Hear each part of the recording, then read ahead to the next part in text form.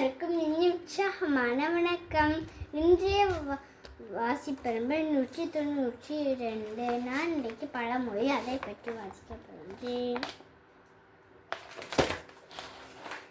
இங்கே தலை காட்டுகின்றான், அங்கே வார் காட்டுகின்றான்.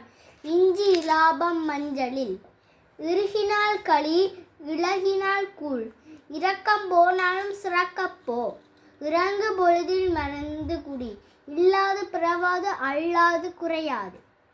இளமையில் சோம்பல் முதுமையில் வருத்தம், இளங்கன்று பாயம் அறியாது.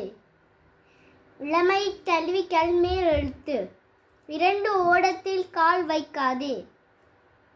இரவச்சிலே நம்பி இடுப்பு கந்தையை எறியாது. இனமினத்தை சேரும்.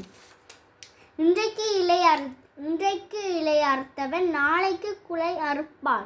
இட்டுக்கிட்டால் எங்கும் இல்லை. இது உங்களுக்கு பிடிச்சிருக்குதா? நன்றி, வணக்கம்.